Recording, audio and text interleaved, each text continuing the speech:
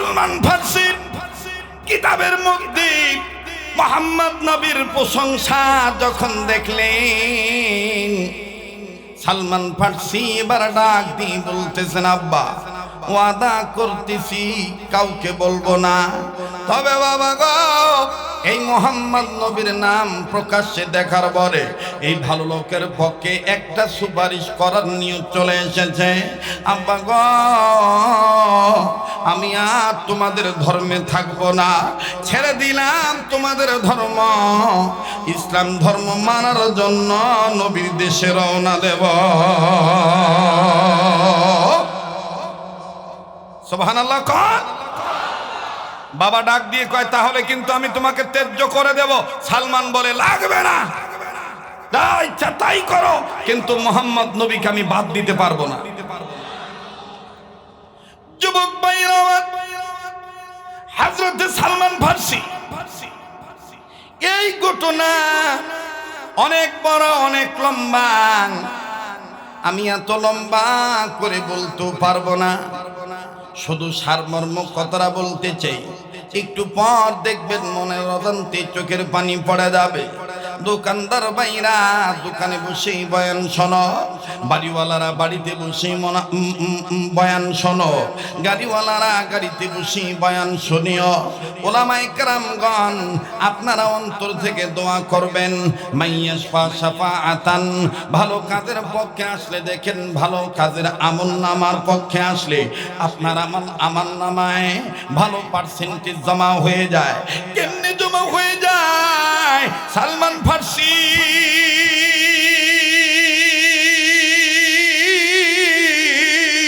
বাবাকে ডাক দিয়ে বলতেছেন, বাবা ও আমি আর আপনার ধর্মে থাকবো না, আমি চলে গেলাম ইসলাম মানার জন্য, নবী মুহাম্মদের তালাশে যাইতেছি। মায়ের কাছ থেকে বিদায় নিয়ে চলে গেলেন। ভাইজান এবার যখন সালমান ফার্সি রওনা হয়ে গেল, কিতাবের লেখক লিখে সালমান ফার্সি চিনে না কোন গলি দিয়ে গেলে নবীকে পাওয়া যাবে, কোন গলির মধ্যে নবী বসবাস করে, নবীর বাড়ি নাম্বার কত, নবীর তাবু নাম্বার কত। সালমান ফার্সি রাস্তা চেনে না। সালমান ফার্সি মনে মনে সিদ্ধান্ত নিলেন, আমি যেহেতু চিনি না, আমি চিননেওয়ালা ব্যক্তিদের কাছে জিজ্ঞাসা করব। কিন্তু দেখেন বাজান, যার দুঃখ আছে ও বাজান, তার দুঃখের শেষ নাই, দুঃখী লোকের দুঃখের শেষ নাই। দুঃখী লোকের দেখেন কেমন দুঃখ। সালমান ফার্সি মনে মনে সিদ্ধান্ত নিলেন, আমি যেহেতু চিনি না, আমি এখন চিন্নওয়ালা ব্যক্তির কাছে চেনে নেব। অবাজান সালমান ফার্সি নজর করে দেখতেছেন 5-7 জন মুরব্বী টাইপের লোক, মধ্যম বয়সের লোক বসে বসে জুয়া খেলতেছে, তাস খেলতেছে, হুক্কা টানতেছে, ভিন্ন ধরনের মদ পান করতেছে। সালমান ফার্সি মনে মনে সিদ্ধান্ত নিলেন, এদের মধ্যে কেউ না কেউ মুহাম্মদের বাড়ির অ্যাড্রেস জানে, মুহাম্মদ নবীর ঠিকানা জানে। সালমান নিয়োগকে পরিশুদ্ধ করে সামনে আগায়, কিন্তু সালমান জানে না এখানে যারা বসে আছে এদের মধ্যে একজনের নাম আবু জাহেল, একজনের নাম উতবা, একজনের নাম সাইবা। আরে বাবাজি, এদের মধ্যে বেশিরভাগ লোক মুহাম্মদ বিরোধী, ইসলাম বিরোধী। আমার ভাইরা, সালমান ফার্সি যখন তাদের কাছে যে দাঁড়াইল, ওই দিন সকালবেলায় সিদ্ধান্ত নিয়েছে আবু জাহেল, মুহাম্মদের তালাশে যদি কেউ আসে আমরা তাকে কারাগারে নিক্ষেপ করব, আমরা তাকে গৃহবন্দী করব, আমরা তাকে আটকায় রাখবো, মুহাম্মদ নবীর ধর্মে তাকে যাইতে দেব না, আমরা তাকে বাধা সৃষ্টি করব। সালমান জানে না তাদের গোপন মিটিং এর কথা। সালমান ফার্সি কাছে যাইয়া ডাক দিয়ে বলে, ও আমি একজন ভিন্ন পথিক, আমার বাড়ি বহুদূর, আপনাদের কাছে জিজ্ঞাসা করে জানতে চাই কোথায় গেলে, কোন রাস্তায় গেলে মুহাম্মদ নবীকে পাবো। আবু জাহেলের মেজাজ গরম হয়ে গেল, এইটা আবার কইতে আইলো, ধর ওরে ধর। ও কি জানে না আমরা মুহাম্মদের শত্রু, শুধুমাত্র অপরাধ একটাই, মুহাম্মদ নবীর কথা বলেছে, তার বিরুদ্ধে মামলাও হয়ে গেল। আবু জাহেল বলে দিল, এই ব্যক্তি তোমার নাম কি? সালমান বলে, আমার নাম অমক, দেশের বাড়ি ওখানে, এত দূরে এই রাষ্ট্রে, কি জন্য আসছো? ইসলাম কবুল করার জন্য। নবীর পক্ষে আমি থাকবো, ইসলাম কবুল করব, বায়াত গ্রহণ করব, আল্লাহ জান্নাতে যাব, চিরস্থায়ী সুখময় ঠিকানা জান্নাত পাবো। আবু জাহেল ডাক দিয়ে বলে, তুমি কি জানো আমরা মোহাম্মদ বিরোধী? বলে, আমি জানি না। বলে, জানো না, এটাই তোমার অপরাধ, তুমি কেন মোহাম্মদের নাম নিলা? তার বিরুদ্ধে আটকাদেশ হয়ে গেল, গৃহবন্দী করে ফেললো, মামলা দিয়ে দিল, 1 মাস তাকে জেল খাটতে হবে। আমার ভাইরা, আবু জাহেল বুদ্ধি পরামর্শ করে বলতেছে, এই 1 মাসের মধ্যে তার মন চেঞ্জ হয়ে যেতে পারে, সে আবার জাগার ভোলা জায়গায় ফেরত যেতে পারে, আটকায় রাখ 1 মাস। আমার বন্ধুগণ, কিতাবে লিখক লিখে 1 মাস 3 দিন আগের ঘটনা, ইসলাম কবুল করার 1 মাস 3 দিন আগের ঘটনা। কষ্ট হচ্ছে আপনাদের? কয় মাস? 1 মাস আটকা দিছে। কয় মাস? 1 মাস। আমার ভাইরা, 1 মাসের মধ্যে 1 সপ্তাহ, 2 সপ্তাহ, 3 সপ্তাহ চলে গেছে, 25 দিন, 26, 27, 28, 29। সালমান মনে মনে বলতেছে, আজকে তো আমাকে মুক্তি দিয়ে দিবে। 30 দিনের দিন সালমান আশা নিয়ে বসে আছেন, আজকে আমাকে জামিন দিয়ে দিবে, আমি অনায়াসে মুহাম্মদের দরবারে চলে যাব, আর কাউকে জিজ্ঞাসা করব না, কালেমা পড়ে মুসলমান হয়ে যাব। কিন্তু শয়তান তো শয়তানই, শয়তানই। এখনো আমার বাংলাদেশে দেখবেন, ভালো লোকের জামিন হইল, আবার অন্য একটা মামলা দিয়ে এখনো আটকায় দেয়। কিন্তু খারাপ লোক টাকার ঝঞ্ঝানিতে, ক্ষমতার জোরে, অস্ত্রের বলে, পাওয়ারের বলে, দেখবেন সকালে গ্রেফতার হয়, রাত্র আবার সকাল হওয়ার আগেই ফুলের মালা দিয়ে সে জামিন নিয়ে বেরিয়ে আসে। কথা বলেন ঠিক কিনা? তো সালমান ফার্সি মনে মনে চিন্তা করতেছে, আজকে তো জামিন পাবো। কিন্তু ওই দিন আবার আবু জাহেল আবার মিটিং কল করছে, এই কালকা তো সালমানরে মুক্তি দেওয়ার কথা, এরে জিগাও, এরে জামিন দিলে কই যাইব? বাপের বাইর যাইব না মুহাম্মদের বাইর যাইব? মানে আবু জাহেলের চিন্তা হইলো, এতদিন সাজা দিছি, এখন তো ইসলাম ভুলে যাইব। কিন্তু আবু জাহেল জানে না, আবু জাহেল মার্কার লোকেরা জানে না, মুমিনদেরকে যতই কারাগারে রাখেন, মুমিনদেরকে যতই আটকা দেশ দেন, যতই গৃহবন্দী করেন, যতই নজরবন্দি করেন, মুমিনদের ইমানের স্পিড তার দ্বারা আরো বেড়ে যায়। ঠিক কিনা বলেন? সালমান ফার্সি রাদিয়াল্লাহু তাআলা আনহুকে এবার একজন এসে জিজ্ঞেস করতেছে, তোমাকে তো আগামী কালকে জামিন দেওয়া হবে, তুমি জামিন পাইলে কোন দিকে যাইবা? সালমান ফার্সি বলে দিছে, যেই দিকে আসার কারণে আটকাদেশ হইছে, গৃহবন্দী হইছি, অন্যায় না করেও অন্যায়কারী হয়ে গেছি, জামিনটা পাইলেই মুহাম্মদ নবীর দরবারে যাব। যাইয়া কয়, নেতা অবস্থা খারাপ, যেটা ভাবছিলাম এটা দি উল্টা। আবু জাহেল ডাক দিয়ে কয়, থো 1 মাস, আরো 3 দিন বাড়ায় দে। এই 3 দিন খানা, খাদ্য, পানি পর্যন্ত দিবি না, দেখি ওরে কেমনে মোহাম্মদ বাঁচায়, ওকে কেমনে মোহাম্মদের আল্লাহ বাঁচায়। আল্লাহ পারে কি পারে না? আল্লাহ হেফাজত করতে পারে কি পারে না? মোহতারাম হাজিরিন, এবার সালমান ফার্সি রাদিয়াল্লাহু তাআলা আনহু 1 মাস 1 দিন 2 দিন গেছে গা, 3 দিনের দিন কতক্ষণ আর পানি না খেয়ে থাকুন যায়। এখন সালমান ফার্সি আমার বন্ধুগণ শাহাদাত আঙ্গুর মুখের ভিতর দিয়ে তোষণ মারতেছে আর বলতেছে, ও মালিক, ও মালিক, আমার মনে হয় আমাকে এরা মেরেই ফেলে দিবে। আস্তে করে তাবুর জানালার সাইডের অথবা দরজার কর্নারের পর্দা কাপড়টা সরাইয়া মুখটা হালকা করে বের করে দিয়ে বলতেছে, পৃথিবীর বাতাস একটু বলে দিও, মুহাম্মদ নবীর কাছে আমার গৃহবন্দির খবরটা পৌঁছায় দিও।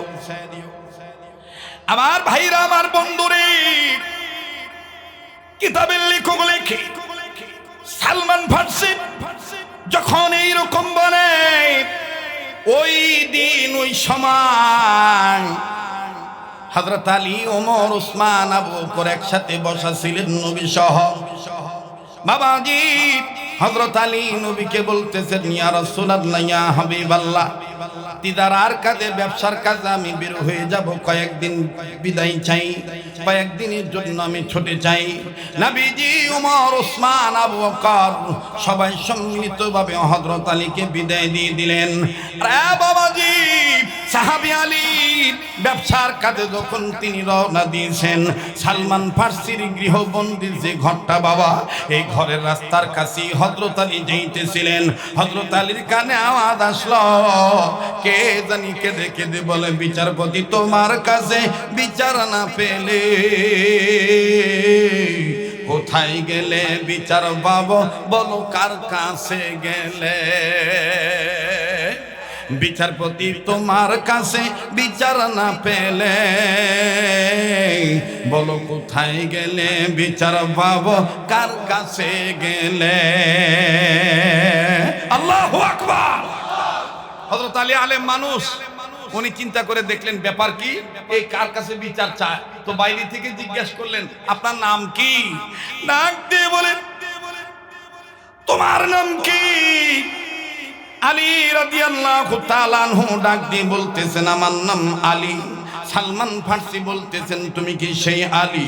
তাওরাতের মধ্যে তোমার নাম আবু বকরের নাম, ওসমানের নাম, ওমরের নাম আর আলীর নাম একসাথে এক জায়গায় আছে।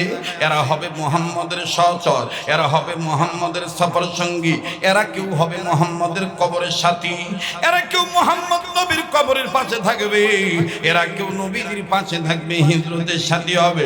তুমি কি সেই আলী? যেই আলীর দুটি সন্তান হবে জান্নাতি যুবকদের লিডার, জান্নাতি যুবকদের সর্দার। তুমি কি সেই আলী?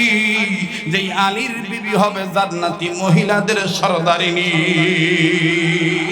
আলী বললেন, হ্যাঁ ভাই, আমি সেই আলী। তোমার পরিচয় বলো, তুমি কে আর কেন এই গৃহবন্দী হয়ে কান্দ? তোমাকে কে আটকায় রাখছে?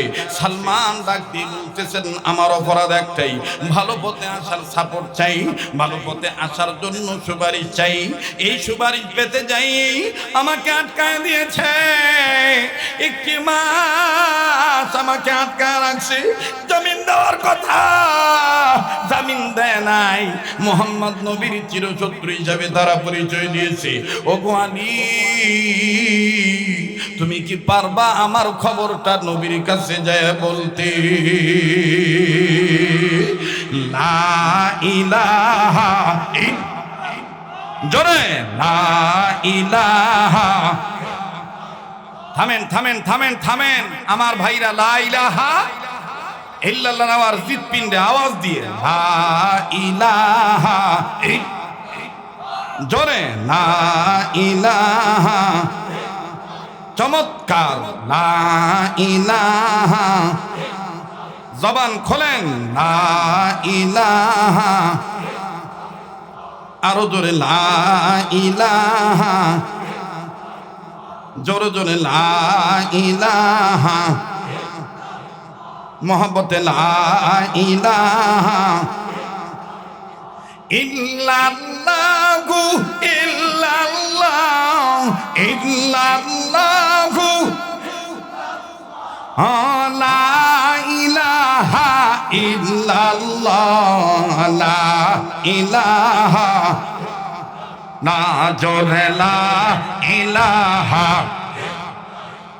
মোহাব্বতে লা ইলাহা। ভাই গো, যার দিলে নাই নবীজির প্রেম, তার সনে নাইলে না দেনা। ঠিক কিনা বলে? যার দিলে নাই নবীজির প্রেম, তার সনে নাইলে না দেনা। তোমার আমার আপন যিনি, তোমার আমার আপন যিনি, তিনি ঘুমায় মদিনা। লা ইলাহা, লা জোরে লা ইলাহা, লা ইলাহা ইল্লাল্লাহু মুহাম্মাদুর রাসূলুল্লাহ সাল্লাল্লাহু আলাইহি সাল্লাম। বিনয় অনুরোধ করে বলবো, যে যেখানে দাঁড়িয়ে আছেন ওখানেই থাকবেন, যে যেখানে বসে আছেন ওখানেই বসে থাকবেন। একটু এদিক সেদিক নজর দিবেন না। কিছুক্ষণের মধ্যে কথা ফিনিশিং দিয়ে আমি মোনাজাত করতে আমার ভাইরা বিদায় নিয়ে চলে যাব। দিলটা বলতেছে, সাক্ষী দিতেছে, আজকের মাহফিলের দোয়া আল্লাহ ফিরে দেবে না, আজকের মোনাজাত আমার আল্লাহ কবুল করবেন ইনশাআল্লাহ। আরে ভাইয়া, জীবনের শেষ বয়ান মনে করে বয়ান করছি। আহারে, কার পিছনে জানি মালাকুল মউত দাঁড়ায় রইছে, কার জন্য জানি জংলার বাস রেডি হয়ে গেছে, কার জন্য জানি রে কাফনে কবর তৈয়ার হয়ে গেছে, কার জন্য জানি রে কবর মাটি বায়না হয়ে গেছে। আরে বাবাজি, আলী ডাক দিয়ে বলতেছেন, ওহে সালমান, আমি যদিও যাইতেছিলাম ব্যবসার কাজে, কিন্তু তোমার নিউজটা এখন নবীর কাছে আমি পৌঁছে দেব। এবার হযরত আলী আবার রিটার্নে গেলেন নবীর কাছে।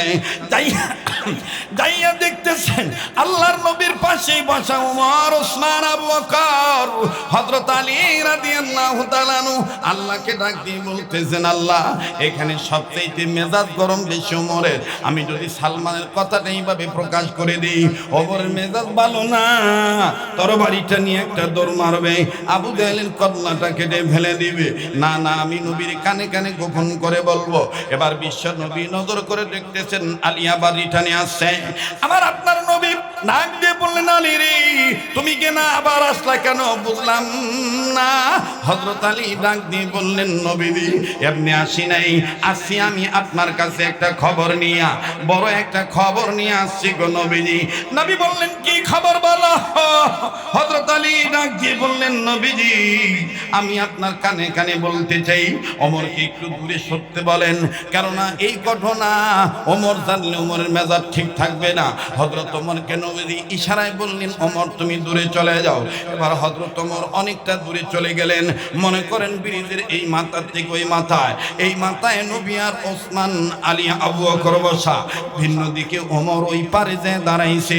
তবে ওমর কিন্তু এই দিকে, নবীজি আর আলী কি বলে এই দিকে বাদান লক্ষ্য করে আছে। আমার ভাইরা, আমার বন্ধুগণ, হযরত ওমর ডাক দিয়ে বললেন, আল্লাহ, যদি এই কাজের যোগ্য আমি হই, যেই কথা আলী বলবে গো আমার আল্লাহ, ওই খবরটা আমি ওমরের কান পর্যন্ত তুমি পৌঁছাইয়া দিও। আবার বলেন না আল্লাহু আকবার। প্লিজ মাথাটাও নাড়াবেন না, একটু পরে দেখবেন শুধু মজা আর মজা। কষ্ট হচ্ছে আপনাদের? হযরত ওমর অনেকটা দূরবর্তী স্থানে দাঁড়াইলে সাহাবী আলী নবীজির কানে কানে বলে, নবীজি গো, সালমান ফার্সি আপনার কাছে এসে ইসলাম কবুল করবে। জায়গা চেনে না, রাস্তা চেনে না। প্রতিমধ্যে আবু জাহেলে জিগাইছে, আবু জাহেল বাড়িওয়ালারে ভাও করিয়া সালমান ডিগ্রি বন্দি করে আটকায় রাখছে। 1 মাস পরে জামিন দেওয়ার কথা, 1 মাস হয়ে গেছে। আবার যখন আপনার কাছে আসার ইচ্ছা পোষণ করেছে গো নবীজি, তখন আবার আবু জাহেল মিল্লা আরো 3 দিন বাড়ায় দিয়েছে। ওদিক দিয়ে হযরত ওমর আলীর কথা শেষ না হইতে সাহাবী ওমর চিৎকার মেরে ডাক দিয়ে কয়, নবী গো, কি হইছে সালমান ফার্সির একটু বলেন না, শুনতে মন চায়। হযরত আলী ডাক দিয়ে বললেন, নবীজি, কেমনে সম্ভব গো নবীজি, কিভাবে সম্ভব? এত গোপন করে বললাম, এরপর ওমর কেমনে শুনল? নবীজি ডাক দিয়ে বললেন, আলী রে, ওমরের সাথে আমার আল্লাহর কুদরতি টাওয়ারের তারের লাইন লাগানো আছে। নারে তাকবীর! প্লিজ বারবার বলছি, কেউ কারো দিকে তাকাবেন না, এই নড়াচড়া করবেন না। এই ভাই বসো, নড়াচড়া করবেন না, একদম মানে স্মার্ট ভাবে, মানে সুন্দর ভাবে বসে থাকবেন, মনে হবে একটা মানুষও নাই। যুবক ভাইরা, হযরত ওমর ডাক দিয়ে বললেন, নবীজি গো, কি হইছে সালমান ফার্সি? আলী বললেন, নবী ওমর কেমনে জানলো? নবী বললেন, আলী রে, আলী, আমার আল্লাহ ওমরের কান পর্যন্ত কথাটা পৌঁছায় দিয়েছি। এবার আলী বললেন, নবীজি তাহলে কি আমি খুলে বলবো নাকি, ওমরকে বলবো নাকি? নবী বললেন, আলী রে, সবাই রে শোনায়া শোনাইয়া বলা। এইবার হযরত আলী বললেন, উসমান আলী। হযরত আলী বললেন, উসমান, আবু বকর, ওমর ভিন্ন দেশের একজন মানুষকে খামাখা গৃহবন্দী করে রাখছে ইসলাম মানার কারণে, আল্লাহর আইনের পক্ষে আসার কারণে, নবীজির আদর্শবান হওয়ার কারণে, ইচ্ছা পোষণ করার কারণে প্রতিমধ্যে আটকে দিয়েছে। অপরাধ তার একটাই, সে পড়তে চায় লা ইলাহা, জোরে লা ইলাহা, আরো জোরে লা ইলাহা। আর ভাইয়েরা, আমার বন্ধুগণ, আগতে বললেন, ওমর, ওসমান, আবু বকর, নবীজি গো, আমি ব্যবসার কাজে যাইতেছিলাম, কিন্তু তার করুণার আর্তনাদ শুনে আমি আর যাইতে পারি নাই। এখন আপনার কাছে আছি, তিনিও বলেছেন আমার খবরটা নবী মুহাম্মদের কাছে কি পৌঁছাইতে পারো কিনা আলী? এই জন্য আপনার কাছে পৌঁছাইলাম। কিতাবের লেখক লেখে হযরত ওমর তরবারি উঁচু করে ডাক দিয়ে বললেন, নবীজি গো, অনুমতি দেন,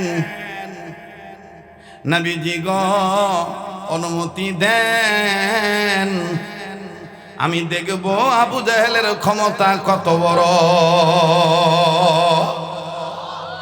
আমি সালমানকে মুক্তি করে আনবো। আবার নবীজি ডাক দিয়ে বললেন, আবার যা বলেছ ভালোই বলেছ, তবে তোমাকে আমি আল্লাহর হুকুম ব্যতীত, আল্লাহর অর্ডার ছাড়া পাঠাইতে পারবো না। আমি আল্লাহর কাছে জিজ্ঞাসা করব, তোমার মেজাজ গরম হবে না ঠান্ডা হবে? তোমার মাথা ঠান্ডা থাকবে না গরম থাকবে? আমি আল্লাহর কাছে জিজ্ঞাসা করব। ওমর বললেন, নবীজি তাইলে কারে পাঠাইবে?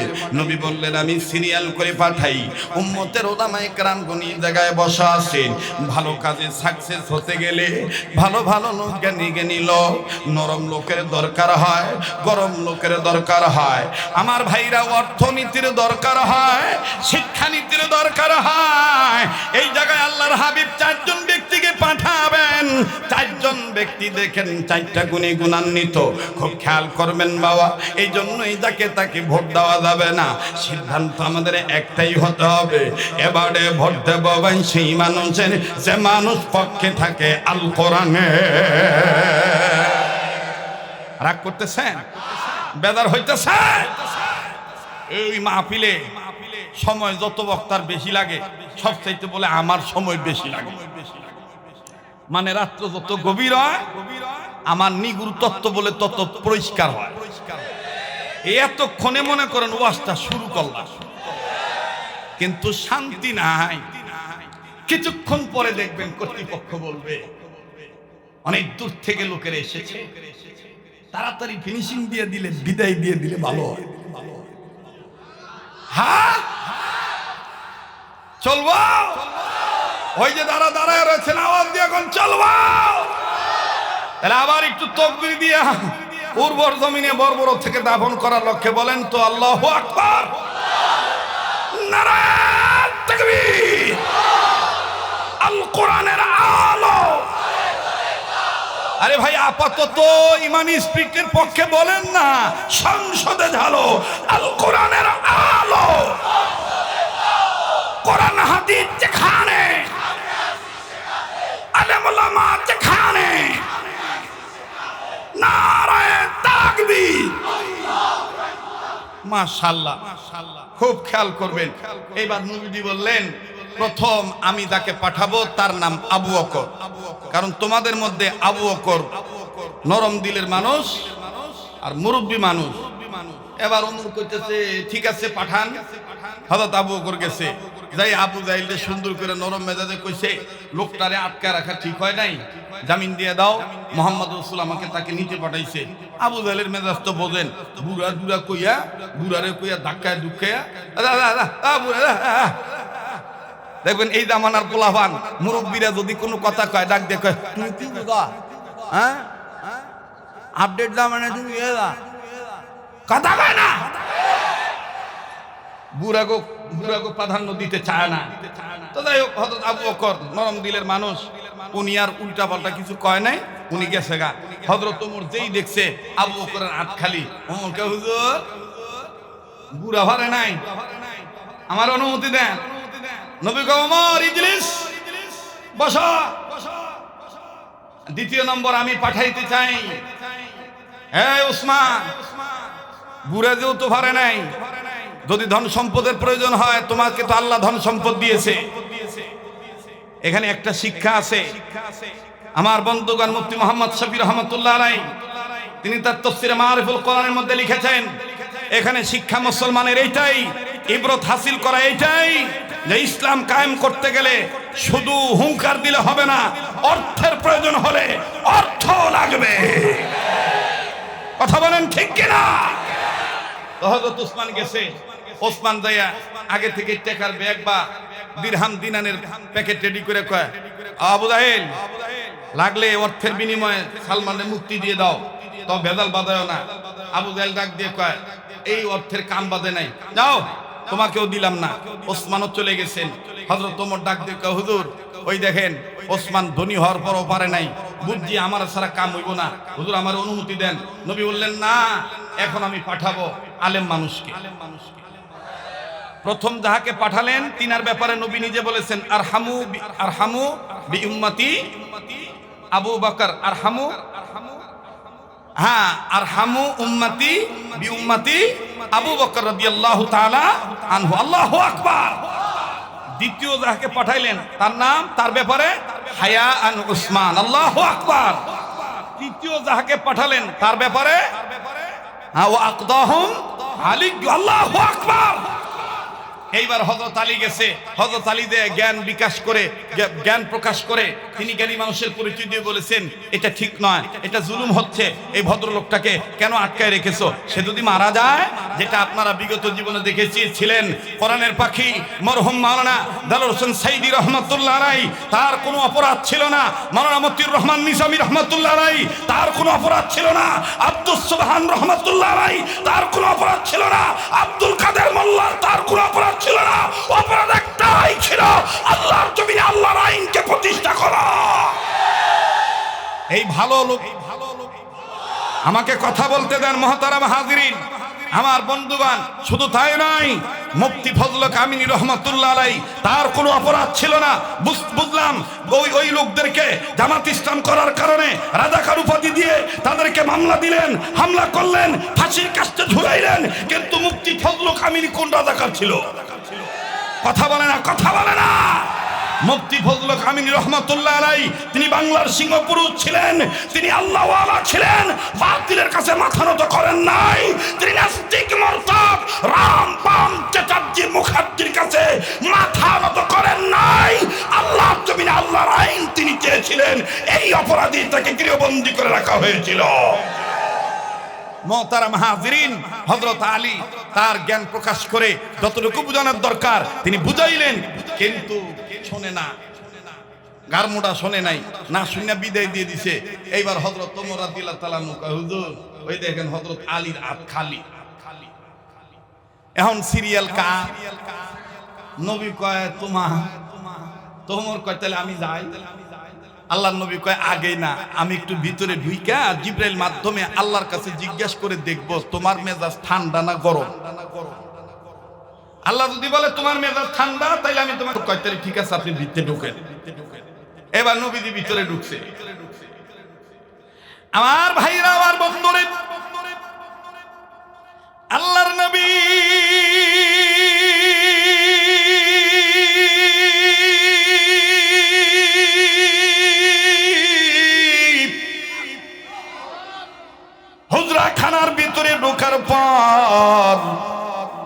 জিবরাইল আমিন চলে আসলেন। এদিক দিয়া হযরত ওমর, ওসমান, আলী, আবু বকরকে বলে, আপনারা দাঁড়ান, নবী আমার মেজাজ ব্যাপারে জিজ্ঞাসা করবে আল্লাহর কাছে। নবী আমারে খুঁজলে কইয়েন ওমর বাড়ির গেছে সব তরবারি আনতে। হযরত ওমর বাইর গেছে, বাইর যে বউরে কইছে তরবারি হইছে কয়টা? কয় মোটামুটি এতটা। কয় সব বোঝা বান্ধব, বোঝা বান্ধব আমার মাথার দাও। তো সব তরবারি বোঝা বাইন্দা হযরত ওমর মাথাত করে নিয়া নবীর হুজরাখানার দরজার সামনে দাঁড়াইছে। আবু বকর, ওসমান ও আলীও কয় নবী গেল ভিতে, হের মেজাজ গরম না ঠান্ডাই রে জিগানি লাগিয়া হ্যাঁ উল্টা তরবারির বোঝা বাইন্দা ঘরের দুয়ারে খাড়ায় রইছে। আর ভাইরা, আমার বন্ধুরে, সাহাবী ওমর তরবারির পুঁতে যখন মাথায় নিয়ে দাঁড়াইল, এইবার আল্লাহর হাবিব জিবরাইলকে বললেন, জিবরাইল, ওমর যেতে চায় সালমানকে মুক্ত করার ব্যাপারে, বলো তো ভাই জিবরাইল, ওমরের মেজাজ ঠান্ডা থাকবে না গরম থাকবে? আমি পারমিশন দেব কি দেব না? জিবরাইল বললেন, নবীজি শুনে নেন, শুনে নেন, আপনার পরে যদি কেউ পয়গম্বর হতো তাইলে ওমরকে আল্লাহ পয়গম্বর বানাইতো। আগে নবীজি, আপনার ব্যাপারে আল্লাহ পাক বলে দিয়েছেন, ফাবিমা রাহমাতিন মিনাল্লাহি লিনতা লাহুম, ওই রহমত কমল হৃদয়ের মানুষ ওমরও কিন্তু আছে একজন।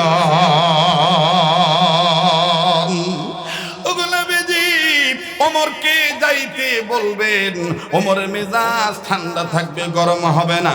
তবে নবীজি আপনি ওমরকে একা যাইতে দিবেন না, ওমরের সাথে আপনিও যাইবেন, আপনার সাথে ওমর যাবে।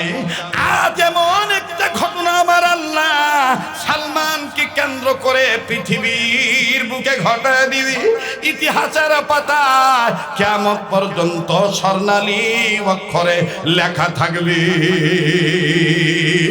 ওয়া কানা আল্লাহু আলা কুল্লি শাইইন মুকিতা। আল্লাহু আকবার বলেন। এইবার গেছে আমার ভাইরা, হযরত ওমরের ব্যাপারে নবী জানলেন মেজাজ ঠান্ডা থাকবো। আল্লাহর নবী হুজরাখানার পর্দা সরাইছে, বাইরে দেখে যে ওমরের মাথার তরবারির বোঝা। নবী কয় কিও? তোমার মাথার তরবারির বোঝা কে? কয় হুজুর আপনি বিশ্বাসই করেন না যে আমার মেজাজ ঠান্ডা থাকবো, এর লেগে আমি যেহেতু আমার হাত তলা লাগে তরবারি বেশি উঠে, আমার মুহের আগে হাত তলে বেশি, এর লেগে সব তরবারি আপনার কাছে জমা দিয়ে দিতেছি, আমি খালি হাতে যাবো। তবে নবী একটা কথা আপনারে কই, যারা পাক্কা মুসলমান হয় এক অস্ত্র লাগে না, নিরস্ত্র ভাবেই তারা ইসলামের পতাকা তুলে ধরতে পারে। সত্যিকারের মুসলমানরা কখনো জঙ্গি হতে পারে না, বোমাবাদীর সাথে লিপ্ত হতে পারে না, রক্ষাতার সাথে সম্পর্ক রাখতে পারে না। কথা বলেন ঠিক কিনা? আমার বন্ধুগণ, হযরত ওমর রাদিয়াল্লাহু তাআলা আনহু ডাক দিয়ে কয়, হুজুর এই যে আপনার পাক কদমে সব জমা দিলাম, আমি যাই। নবী বললেন, ওমর তুমি একা না, আমাদেরকে আল্লাহ যাইতে বলছেন। এবার বিশ্বনবী আগে, আবু বকর পিছে, তার পিছে ওমর, তার পিছে উসমান, তার পিছনে আলী, সবাই চলছেন এক পথে চলি গেছে। যাওয়ার পরে ইহুদিরে আবু জাহেল কইছে, মনে হয় মুহাম্মদ তার দলবল লইয়া আইব, আইলি তুমি একটা শর্ত দিবা। কি শর্ত দিবা? যে মুক্তি দেওয়া হবে না, মুক্তি দেওয়া হবে না। শর্ত দিতে পারি, এক শর্তের বিনিময় মরু প্রান্তের উপরে যদি 1000 খাজুরের বিচি লাগাইতে পারে, আর এই খাজুরের বিচি লাগাইলেই হবে না, এই খাজুরের গাছ মুহূর্তের মধ্যে বড় হইতে হইব, এই বড় হইলে হইব না, এই খাজুরের গাছে আবার খাজুর ধরতে হইব, এইটা আবার ফাঁকতে হইব, এটা খাইয়া টেস্ট করে দেখবা কেমন লাগে। এটা যদি পারে বাগান না বানায় দিতে, তাইলেই সালমানকে মুক্তি দেওয়া যাইব, নাইলে দেওয়া যাইব না। ঠিক আছে নেতা, আপনি যেটা করবেন আমরা তো এইভাবে চলুন। এবার মোহাম্মদ নবী আসছে, আইসা জিজ্ঞেস করছে, ও বাড়িওয়ালা, কি অপরাধে তাকে আটকায় রাখছো? যথেষ্ট হয়েছে, মুক্তি দাও না। ইহুদি বলে, মুহাম্মদ শর্ত আছে, মুক্তি পেতে হলে এই 1000 গাছ খাজুরের বিচি লাগাইতে হবে, আমার বাড়ির চতুর্পাশে বিশাল আকারে বাগান তৈরি করে দিতে হবে, মুহূর্তের মধ্যে খাজুর ধরবে, পাকবে, খাবো, তারপর সালমানকে মুক্তি দিব। তে কেউ কোনো কথা কয় না। ওমর আজ্ঞায় কয় হুজুর অনুমতি দেন, হ্যাঁ জনমের খাদ্য খাওয়ায়। কেউ কোনো কথা কয় না, কিন্তু ওমর কইতেছে হুজুর অনুমতি দেন, হ্যাঁ জনমের খাদুর খাওয়া। কিছু মানুষ আসে না ভাই, হ্যাঁ? তো যাই হোক, হযরত ওমর সুন্দর হৃদয় নিয়ে বললেন হুজুর এটা কথার পিছনে কথা কইলাম, হ্যাঁ যে কইতেছে খাজুরের বাগান হইতেইব, খাজুর ধরতেইব, ভাগবো খাইবো, এরপরে হ্যাঁ সালমানের মুক্তি দিব, এটা কথা হুজুর। এটা মানতে গেলে তো সালমান বুড়া হয়ে যাবো গা, সালমানের ভাও নিয়ে যাবো না, বাগান কবে হইব, কবে খাজুর ধরবো না ধরবো, এলিগে কিছু অনুমতি দেন, হ্যাঁ জন্মের খাজুর খাওয়াই দিই। নবীজি কইতেছে ওমর ওমর আল্লাহ আমাকে যা জানাইছে তুমি তা জানো না। ওমর বলেন তার মানে? বলে খাজুরের বাগান হবে ওমর, হবে। কেমনে হুজুর? নবী ডাক দিয়ে কয় বিচি আছে তোমার কাছে? ওমর বলতেছেন জি হুজুর আমার কাছে আছে, আপনার কি পরিমাণ প্রয়োজন? ডাক দিয়ে কয় 250টা বিচি তুমি তোমার পক্ষ থেকে দাও। হযরত ওমর 250টা বিচি দিলেন। এরপরে ডাক দিয়ে কয় ওসমান তোমার কাছে? কয় যা চাইবেন তাই পাবেন। হযরত ওসমানকে নবী বললেন না না তুমিও 250 খান বিচি দাও। এবার ডাক দিয়ে বলতেছেন আবু বকর আপনার কাছে? আবু বকর বলে হুজুর আগে অনেক ছিল, কিন্তু মাঝপথে ইসলামের পক্ষে সব দিয়া আমি নাই হয়ে গেছি, এখন আপনি যে আপনার পক্ষ থেকে হাদিয়া পাঠান যে খেজুরগুলা, এগুলো খাইয়া বরকত মনে করে আপনার দেওয়া খেজুরের বিচিগুলো জমাইছি। আমার জানা মতে 50 থেকে 52টা বিচি আছে। নবী বললেন তাইলে তোমার 50টা নাও আবু বকর, আপনার 50টা দেন, আর আমার হুজরাখানা থেকে মোহাম্মদ নবীর পক্ষ থেকে 200 খেজুরের বিচি নেন। তাহলে 3-250 কত হইলো? 750। এবার ডাক দিয়ে কইতেছে আলী তোমার কাছে কতগুলো? আলী কয় জি জি আপনি যতটুকু বলবেন ততটুকু পাবেন। নবী বললেন তাহলে 250টা আনো। মুহূর্তের মধ্যে একজনকে পাঠানো হলো, 1000 খাজুরের বিচি জোগাড় করা হলো। জোগাড় কইরা আমার বিশ্বনবী ডাক দিয়ে কয় ওমর তুমিও একবার নাড়া দাও, ওসমান তুমিও নাড়া দাও, আবু বকর তুমিও নাড়া দাও, আলী তুমিও নাড়া দাও। এবার সবতে নাড়া দিছে। নবীজি খালি উপরের মধ্যে খালি হাতটা ছোঁয়াইছে, ছোঁয়া ডাক দিয়ে কয় এই সাহাবীরা এখন কিন্তু আমি বাগান রোপণ করব, এই বিচি লাগাবো। হযরত ওমর তুমি তোমার কোমর থেকে খন্দকটা বের করো। আল্লাহর নবী খন্দক বের করলেন, বের করে 10টা দাগ দিলেন। ওমর কয় হুজুর দাগ দেন কি লিখবেন? দাগ দিতেছেন কেন? নবীজি বলতেছেন ওমর এই যে 10টা দাগ যে দিলাম, এক একটা দাগে 100টা করে বিচি লাগাবো। 1000 গাছের একটা বাগান হবে, এটা কিয়ামত পর্যন্ত থাকবে। সুবহানাল্লাহ। এবার দাগ দেওয়া শেষ, বিচি লাগানো শুরু। হযরত ওমর কয় হুজুর সত্যি বাগান হবে? বলে হ্যাঁ হবে। ওমর কয় হুজুর তাহলে বিচি কি খালি আপনি একলাই লাগাইবেন? আমি পারতাম না। নবী কয় তোমারও মন চাই বিচি লাগাইতে? বলে হ্যাঁ। তাহলে আমি অনুমতি নেই, আল্লাহর কাছে অনুমতি চাইছে। আল্লাহ জিবরাইলকে বললেন জিবরাইল নবীকে আমার সালাম জানিয়ে বলে দাও হ্যাঁ সবাই নবীর সাথে শরীক হয়েছে বলে বিচি লাগানোর কাজে, কিন্তু শর্ত মানতে হবে, কারো চোখ খুলে লাগাইতে পারবো না, সবাই কানা হয়ে লাগাইতে হইব, চোখ বন্ধ করে লাগাইতে হইব। খুব খেয়াল করবেন, খুব খেয়াল।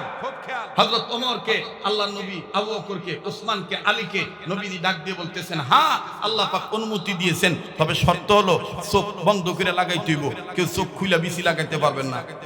ওমর কয় এইটা আবার কেমন কত কানা হইয়া কেমনে বিচি লাগাইবো মানুষে? আচ্ছা জাগা আল্লাহ কইছে কইছে ঠিক আছে। এবার সবাই বিচি লাগানো শুরু করছে, বিসমিল্লাহির রহমানির রহিম বইলা বিচি লাগানো শুরু। 8 নম্বর লাইনের মাঝখানে যায় ওমর কয় আচ্ছা চোখ খুলে লাগলে কি হইব? হযরত ওমর বান্ড থেকে একটা বিচি নিয়ে কয় আল্লাহ আল্লাহ মনের খবর তুমি জানো, কেউ জানে না, একটা বিচি চোখ খুলে লাগে একটু দেখতেছে কি হয়। তো সবাই চোখ বন্ধ করে লাগাইছে নবী সহ। হ্যাঁ একটা বিচি চোখ খুলে লাগাইয়া আবার চোখ বন্ধ করছে। বিচি লাগানো শেষ, নবীর পিছনে ফিরে তাকায় দেখে বাগান হয়ে গেছে। আমার নবী ডাক দিয়ে বললেন খুদিরা বাগান বুঝে না আর সালমানকে ফেরত দাও। ইহুদি ডাক দিয়ে কয় আগেই না গুনে গুনে দেখবো সংখ্যা ঠিক আছে নাকি। ওমর কোনো কথা বলে না। এবার ইহুদি গুনতেছে 100 200 300 400 500 600 700 800 900 10 20 30 40 50 60 70 80 90 91 92 গুনতে গুনতে দেখতে পাইল 999 টাকা চইছে। একটা বিচি গাছ হয় না, কাঠ হইয়া উঠতে ভইরা রইছি। ইহুদি ডাক দিয়ে মুহাম্মদ রে, ভালোই হলা শব্দ ছিল 1000 গাছ লাগবে, কিন্তু 999টা পাইলাম, একটা এখনো হয় নাই। নবী বললেন মালিক ভেজাল কে করলো? আল্লাহ পাক ডাক দিয়ে বললেন নবী গো, ভেজাল আপনি করেন নাই, ভেজাল আমি করি নাই। তাইলে ভেজাল কি করলো? ওই যে সুদ করে খাড়া রইছে।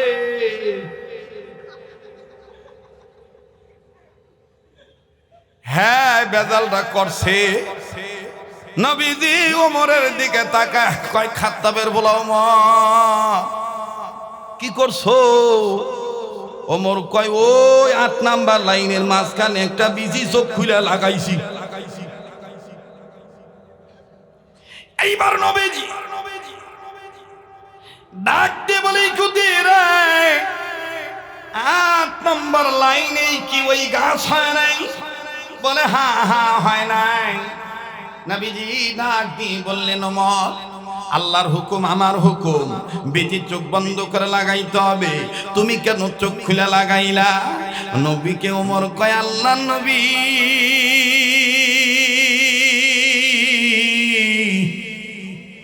আমি কিন্তু চোখ খুলে বিচি লাগানোর আগে আল্লাহরে কইয়া লাগাইছি। আল্লাহু আকবার বলো, আল্লাহু আকবার বলো জোরে, আল্লাহু আকবার বলো। তুমি রহিম, তুমি করিম, তুমি যে সত্তার, তুমি খালিক, তুমি মালিক, তুমি যে জব্বার, তাই তো তোমার সিফাত হলো আল্লাহু আকবার। আল্লাহু আকবার বলো জোরে, আল্লাহু আকবার বলো। ও ভাই, এতগুলো মানুষের আওয়াজ হইতেছে না, বলেন না আল্লাহু আকবার বলো। মাশাআল্লাহ, আল্লাহু আকবার বলো। আকবার, আমরা গুনাহগার গো আল্লাহ, আমরা গুনাহগার, জোরে আমরা গুনাহগার গো আল্লাহ। তুমি মোদের গুনাহ মাফ করে দাও, তোমার নাম দে গফুর গফফার। আমরা গুনাহগার গো আল্লাহ, জোরে আমরা গুনাহগার গো আল্লাহ।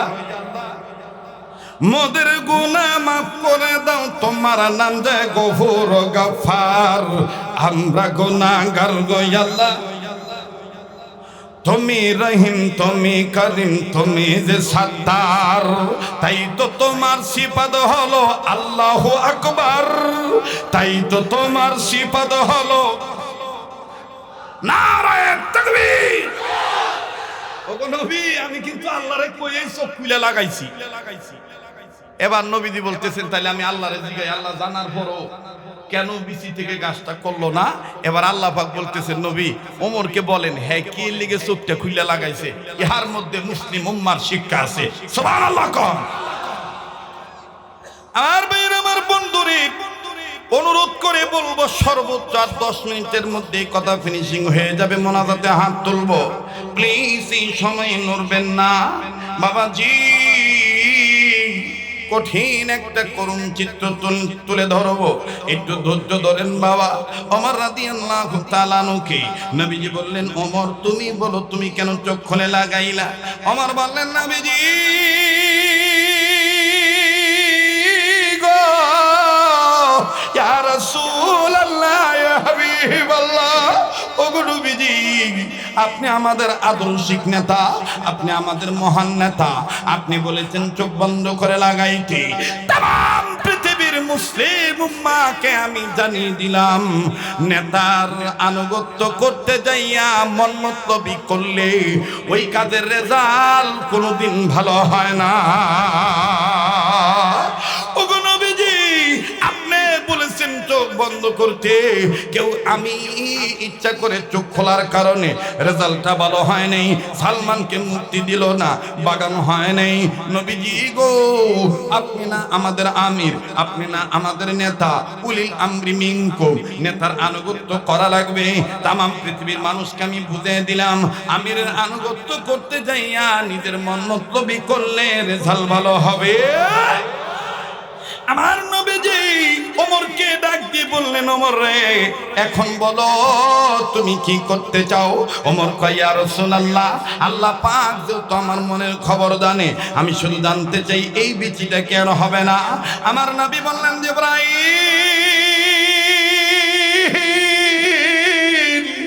আমার নবীকে সালাম দিয়ে বলে দাও, জয় ওমর, আদর্শিক নেতার আনুগত্য করতে যাইয়া, ভালো কাদের সুপারিশ করতে যাইয়া, আদর্শ নেতাকে সাপোর্ট দিতে যাইয়া আমি আমার বান্দা ওমর, আমি আল্লাহর কাছে বইলা কাজটা করেছি। আমি আল্লাহ পাক আমার নবীকে জানিয়ে দিলাম, ওই ওমর যদি আবার চোখ বন্ধ করে এই বিচিটা লাগায়, আমি রব্বে কাবা জাল জালালি ওয়াল ইকরাম ঘোষণা করে দিলাম, এই গাছটা এই 999টা গাছের চাইতে বড় হবে। শুধু বড়ই হবে না, এই একটা গাছে 4 রকমের ফল আমি আল্লাহ ধরে দেব। আরো ধরে, আরো ধরে। আর নবীজি নাক দিয়ে বললেন, ওমর, তুমি ভেজাল করেছো, আল্লাহ বলেছেন তোমাকে বীজ লাগাইতে। এবার হযরত ওমর বিসমিল্লাহ বলে এই ছোট্ট দানাটা হাত দিল। আবু বকরকে নবী বললেন, তুমিও হাত দাও, ওসমান তুমিও হাত দাও, আলী তুমিও হাত দাও। আমি নবীজিও হাত দিলাম। ছোট্ট একটা দানা, এতগুলো মানুষের হাত কেমনে লাগবে? জিবরাইল বললেন, সোয়াল লাগলেই হয়। এবার হযরত ওমর চক্ষু বন্ধ করে শেষ বিচিটা যখন মাটিতে রোপণ করলেন, চক্ষু খুললেন, নবী সহ নজর করে দেখতে পাইলেন ওই 999টা গাছের চাইতে এই গাছ আঁকা বাঁকা পথে সব চাইতে বড় হইয়া গেছে। আর একটি গাছে 4 রকমের খাজুর ধরছে, এক সাইডে আদা কাঁচা, আর এক সাইডে পাকা, আর এক সাইডে বিচি ছাড়া, আর এক সাইডে বিচিওয়ালা। এটা জোরে কন্যা সুবহানাল্লাহ। আমার বন্ধুরি এইবার আমার বললেন, নবীজি এই বাগান ইহুদিকে বুঝিয়ে দেন, সালমানকে মুক্ত করে নেন। ইহুদির কাছে নবীজি গেলেন। ইহুদি কান্দা ডাক দিয়ে কইল, মানুষের বুদ্ধিতে আপনারে কষ্ট দিয়েছি, ভেবেছিলাম পারবেন না, যে আল্লাহ আপনার কথা শুনে আমি আর আবু জেলের কথা শুনবো না। সালমানকে মুক্তি দেওয়ার আগে আমারই কালেমা পড়াইয়া মুসলমান বানায় দেয়।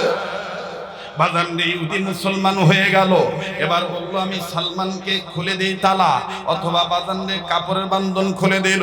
সালমান ফার্সি মুক্তি পাইলেন। সালমান ফার্সি মুক্তি পাইয়া প্লিজ আমার দিক তাকান, এই পাগলের দিকে তাকাইলে ঠকবেন না। এই চেহারাটা প্রতি বছর বারবার মক্কা মদিনায় যায়, আমার ভাইরা নবীজি রওজা পাকে সালাম দেয়। কাবা ধরা হাত দিয়ে তুলে ধরে মুনাজাত করব, প্লিজ কেউ কারো দিকে তাকাইবেন না। সালমানকে মুক্তি দেওয়া হলো। সালমান ফার্সি নবীর সামনে দাঁড়ায় কয়, নবীজি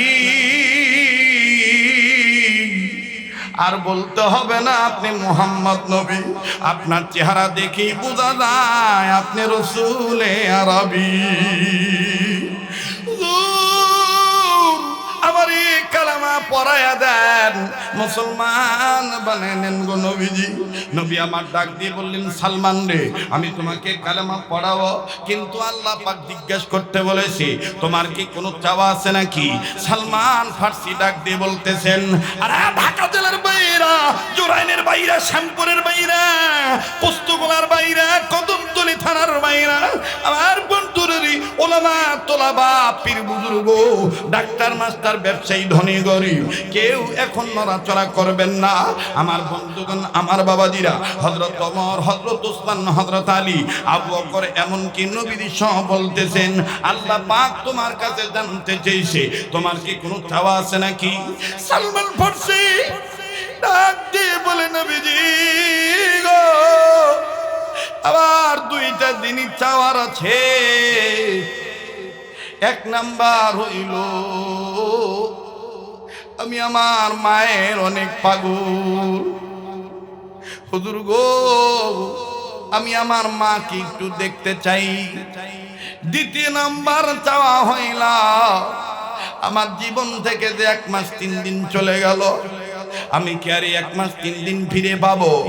নবীজি বললেন ন সালমান, আল্লাহ বলেছেন তুমি যা চাইবা সব পুরা করে দিয়ে দিবে।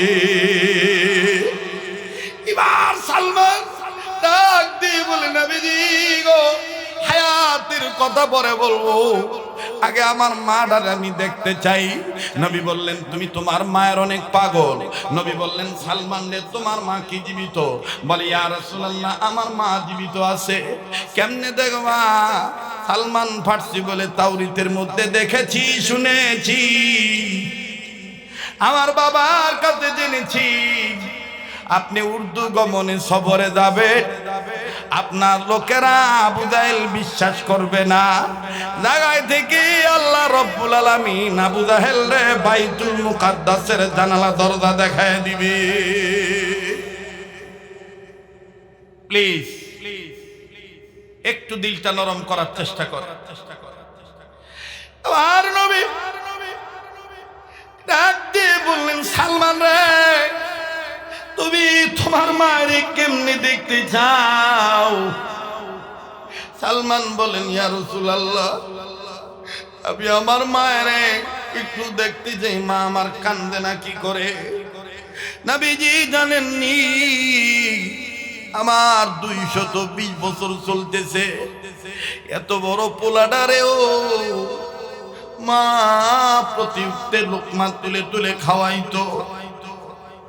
ওই মায়ের মায়া ত্যাগ করে আমি আপনার কাছে যদি কারাবার গ্রহণ করে আপনার কাছে থেকে যাব নবীজি। নবীজি কান্দেন আর ডাক দিয়ে বললেন সালমান রে বুঝেছি, বুঝতে পেরেছি তুমি তোমার মায়ের অনেক ভক্ত। আমি মুহাম্মদের তো মা নাই বাবাও নাই, এই দুনিয়ার যার মা নাই বাবা নাই আর মতন বড় দুঃখী বড় অভাবী আর কেউ নেই। আমার ভাইরা, আমার বন্ধুগণ দেখেন তো দেখি মা বাবার নামে দিলটা নরম হয়নি? এক ফোঁটা চোখের পানি ফালাইতে পারেন কিনা? বাইরে কোন মায়েরে তুমি বুড়ি কয়ে গালি দাও, কোন বাবারে তুমি বুড়া কয়ে গালি দাও? মনে রাখো ভাই, আজ যদি তুমি আমি মা বাবার জন্য কান্দি, আজ যদি তুমি আমি মা বাবার জন্য দোয়া করি, আজ যদি তুমি আমি মা বাবার পথে দান সদকা করে যাই, তোমার আমার ছেলে মেয়েও তোমার আমার জন্য দোয়া করবে, তোমার আমার ছেলে মেয়ে তোমার আমার কবর জিয়ারত করবে, তোমার আমার ছেলে মেয়ে তোমার আমার নামে দান সদকা করবে। খুব খেয়াল করে কথাগুলি শোনা চাই। বাবাজি, দুনিয়ায় যাদের মা নাই তাদের মতন বড় দুঃখের কেউ নেই। ভাইয়া তুমি ইসলামী আন্দোলন করতে চাও, ভাই তুমি হালাল পথে কামাই করতে চাও, ভাই তুমি তাফসীর মাহফিল শোনো, আলেমদের কাছে আসো, ভালো কথা। যদি তোমার মায়ের সাথে তুমি বেয়াদবি করো, মনে রাখো আল্লাহ কিন্তু তোমাকে মাফ করবে না। মা খুশি তো আল্লাহ খুশি, বাপ খুশি তো আল্লাহ খুশি। আমার ভাইরা, আমার বন্ধুগণ মনে রাখবেন, জীবনের শেষ বয়ান মনে করে বয়ান করছি। আগামী 27 সালে আমি বেঁচে থাকবো কিনা জানি না। এই চেয়ারটার মধ্যে কত বুজুর্গ বসি আর চেয়ার আছে, বুজুর্গরা নাই, মরহুম দেলোয়ার হোসেন সাইদি রহমতুল্লাহ নাই, জার্মানের পীর সৈয়দ ফজল করিম রহমতুল্লাহি আলাইহি নাই, আব্দুল হক আব্বাসী রহমতুল্লাহ আলাইহি নাই, মরহুম মাওলানা আব্দুল গাফফার রহমতুল্লাহি আলাইহি নাই, নাই নাই নাই। আমি একদিন থাকবো না, কিন্তু এই চেয়ারটা থাকবে। যুবক বৃদ্ধ সবার শোনা চাই, পর্দার মা আপনার শোনা, আপনাদের শোনা চাই। মা দোয়া করলে দেবন কবুল হয়ে যায়, মা বদদোয়া করলেও ঠিক এমনি ভাবে কবুল হয়ে যায়। কথা বলেন ঠিক কিনা? কাজেই ইবাদত করতে যাইয়া, আল্লাহর আইন চাইতে দে, রাসূলের শাসন কায়েম করতে যাইয়া মা বাবাকে অস্বীকার করা যাবে না। আল্লাহর হাবিব বললেন, সালমান রে আমি তোমার মাকে দেখায় দিতে চাই। সালমান বললেন, কেমনে? নবীজি বললেন, সালমান তোমার বৃদ্ধাঙ্গুলি আমার মুখের সামনে আনো। আমার বীর কিতাবের লেখক লেখিক সালমান ফার্সি দৈহিক এত প্রশস্ত ছিল, এত বড় মানুষ ছিলেন, তার হাতের বাহুটা এত বড় ছিল বাবা, আমার আপনার মতন ছোট্ট বাহু নয়। নবীজির মুখের সামনে যখন বৃদ্ধাঙ্গুলির এই পিঠটা নয়, মাথাটা আনলেন, চারাটা আনলেন, নবীজি সালমান ফার্সির বৃদ্ধাঙ্গুলির মাথায় আগায় টিপ দিয়া নবীজি পবিত্র জবান মুবারক দিয়া দম করলেন, ফুঁক দিলেন, আর ডাক দিয়ে বললেন, সালমান এখন তুমি চোখ খুলে তাকায় দেখো। সালমান বলে, পৃথিবীর মানুষ, আমি আমার আঙ্গুলের মুখের দিকে তাকায় দেখতে পাই আমার আঙ্গুলের চারা চারা নাই, কেমন জানি স্বচ্ছ পরিষ্কার আয়না হইয়া গেছে। ওই আয়নার মধ্যে আমি সালমানের ছবি দেখা যায় না, আমি দেখতে পাই আমার মা আমার জন্য বসে বসে কান্দার দোয়া করে বলে, পৃথিবীর মালিক আমার ছেলে তো ভালো লোকের সঙ্গ দিতে গেছে, ভালো পথে গিয়েছে। আল্লাহ পৃথিবীর মালিক তোমার কাছে বলি, আমার ছেলে সালমান যেখানে থাকবে, যেভাবে থাকবে, ভালো রাইখো, আর যার তালাশে গেছে তাকে তার কাছেই আমার ছেলের রেখে দিও। আল্লাহু আকবার। মোহতারাম হাজিরিন, সালমান ফার্সি দেখলেন তার মার চেহারা। এবার নবীজি বলেন, সালমান তুমি কালেমা পড়ে ফেলো। সালমান ফার্সি কালেমা পড়ে ফেললেন, মুসলমান হয়ে গেলেন। এবার ডাক দিয়ে কয়, সালমান 103 দিন চলে গেছে তোমার জীবন থেকে, তুমি ভালো পথে এসেছো, তুমি অনেক কষ্ট করে জেল খেটে গৃহবন্দী হয়ে, নজরবন্দী হয়ে, বাপ মা ত্যাগ করে, দেশ ত্যাগ করে তুমি ইসলামের পক্ষে এসেছো। তুমি মনে করিও না যে যে আল্লাহ হায়াত কেটে দিতে পারে, ওই আল্লাহ আবার হায়াত বাড়াও দিতে পারে। কথা বলেন ঠিক কিনা? তখন নবীজি আল্লাহর কাছে বললেন, আল্লাহ আমার সালমানের দ্বিতীয় চাহিদা, তার এই 103 দিন সে ফেরত চায়, মানে 1 মাস 3 দিন সে ফেরত চায়। আল্লাহ পাক ডাক দিয়ে বলেন, জিব্রাইল আমার নবীকে বলে দাও, আমার এই বান্দা অসৎ পথ ছেড়ে দিয়ে সৎ পথে এসেছে, অন্যায় পথ ছেড়ে দিয়ে ন্যায় পথে এসেছে, মানুষ পূজা করা পথ ছেড়ে দিয়ে আমি আল্লাহর গোলামি করার জন্য এসেছে, মানুষের তৈরি করা আইনকে লাথি মেরে আমি আল্লাহর আইনকে মানার জন্য সে চলে এসেছে। আমি আল্লাহ, তুমি জিব্রাইল মাধ্যমে নবীর কাছে জানিয়ে দিলাম, এই সালমান ফার্সির 1 মাস 3 দিন নয়, তার জীবনে আমি আল্লাহ 130 বছর বাড়িয়ে দিলাম। 220 আর 130 কত হয়? হ্যাঁ, 220 আর 130 300। হিসাবের লেখক লিখে, সালমান ফার্সি সবচেয়ে বেশি হায়াত পেয়েছিলেন নবীর সাহাবীদের মধ্যে, তার বয়স ছিল 350 বছর সে পেয়েছে। সুবহানাল্লাহ। এজন্য আজকের এই মজলিসে আমরা দীপ্ত শপথ করব, আমাদের হায়াতের জিন্দেগিতে যত সময় আমরা পাবো, কোন সময় ইসলাম ছাড়া, আল্লাহর পথ ছাড়া, রাসূলের আদর্শ ছাড়া আমরা চলবো না, আমরা যাব না, আমরা ভালো কাজের পক্ষে থাকবো ইনশাআল্লাহ। কারা কারা তৈরি আছেন? দুহাত তুলে আল্লাহকে দেখান। নারায়ে তাকবীর।